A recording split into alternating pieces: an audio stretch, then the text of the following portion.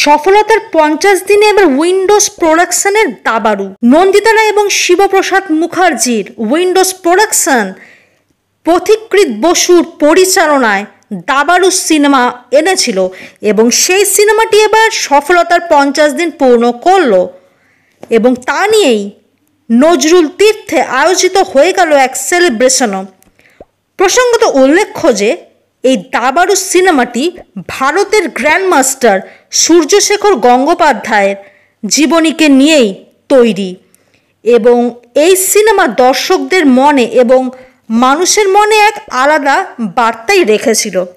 উল্লেখ্য যে এই সিনেমাটি এই সেলিব্রেশনের দিন এখানে উপস্থিত ছিল এই সিনেমার পরিচালক পথিকৃৎ বসু, উপস্থিত ছিল এই সিনেমায় বাচ্চা দাবাড়ুর চরিত্রে অভিনয়কারীরা। এই সিনেমায় কিন্তু গুরুত্বপূর্ণ ভূমিকায় অভিনয় করতেও দেখা গেছে চিরঞ্জিত চক্রবর্তী, দীপঙ্কর দে, ঋতুপর্ণা সেনগুপ্ত, কৌশিক সেন, শঙ্কর চক্রবর্তী সহ আরও বিশিষ্টদের। এই দাবাড়ু সিনেমার 50 দিন সফলতার পূর্ণতার দিন কি বললেন এই সিনেমার সাথে যুক্তরা, শুভাকাঙ্ক্ষীরা, আসুন তার খণ্ডচিত্র দেখে নেওয়া যাক।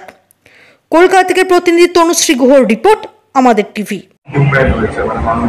যারা যারা দেখেছে ছবিটা মানে হিউম্যান ইমোশনস গুলো ব্লক করেছে বলেই এত পজিটিভ ফিডব্যাক। তো ডেফিনেটলি মানে আমি আরো পজিটিভ ফিডব্যাক দিতে পারি। দাবাড়ুর 100 দিনের পর এইভাবে এমন কিছু আশা করা যাচ্ছে, কি বলবে পরিচালক হিসেবে? দেখুন, আমি তো আশা করবো এবং বাকি দর্শকদের আরো আশা করবি আরো ভালোবাসা আশা করছি যারা যারা দেখেছি কদিন আরো দেখেন। Thank you so much.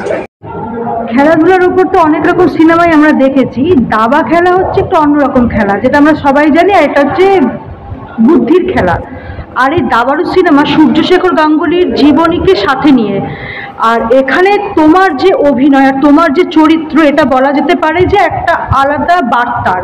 তো আজকে এই দাবাড়ু সিনেমার 50 দিন সফলতা পূর্ণ, এই বিষয় নিয়ে কি বলবে, আর এই বিষয়কে সাথে নিয়ে এগুলোর পথ চলাকে কিভাবে তুমি আরো বলতে চাও?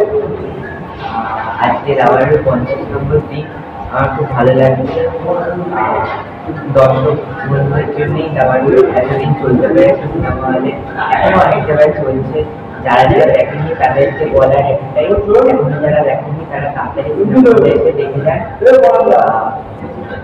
আর